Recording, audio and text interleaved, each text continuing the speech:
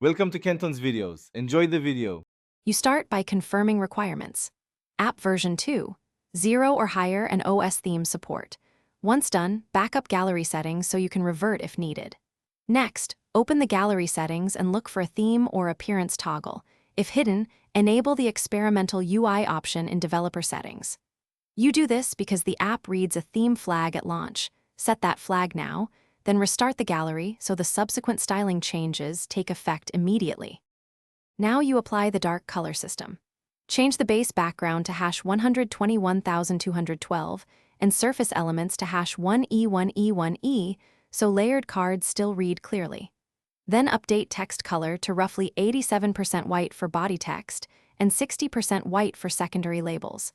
Icons should use 60% opacity so they don't glare.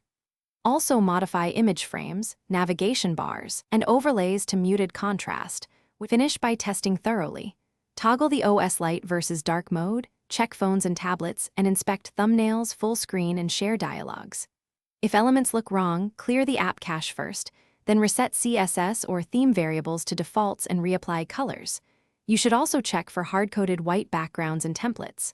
One key troubleshooting tip: if changes don't appear, toggle the theme cache flag or experimental toggle, force close the app, and relaunch. That clears stale styling and ensures the new dark assets load properly.